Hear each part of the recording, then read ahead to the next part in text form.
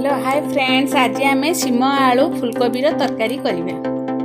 एबे कड़े मु 2-3 चम्मच तेल नहीं, तेल गरम सोरिष पियाज को भाजी नेबा।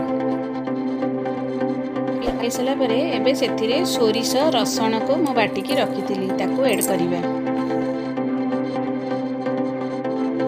तापर एबे ताको टिके भल भाव में भाजी नेबा। किछि हळदी गुंड ऐड करवा।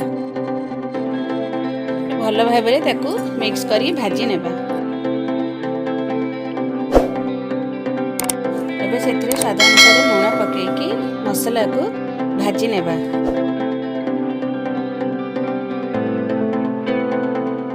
एबे मु एथिरे टमाटो सुखिला लंका को बाटिकी रखिथिली ताको ऐड करबी।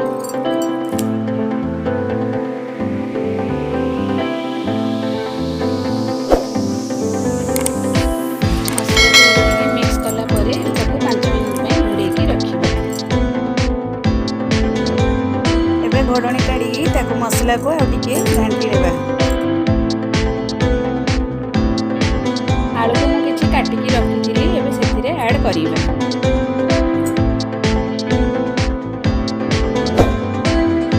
आलू को एबे मसला सहित भल भाव में ताको मिसेइबा।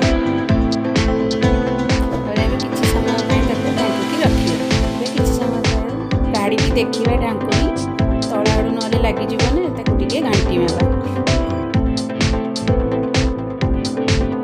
सेथिरे सीम फुलकोबी धोईकी रखी से ऐड करी।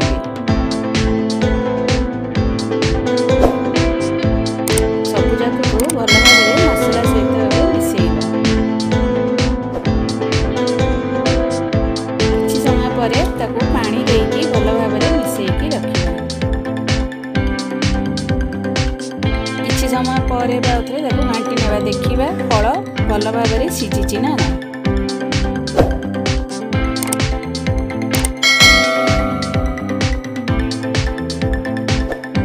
सीम आलू फुलकोबी तरकारी प्रस्तुत।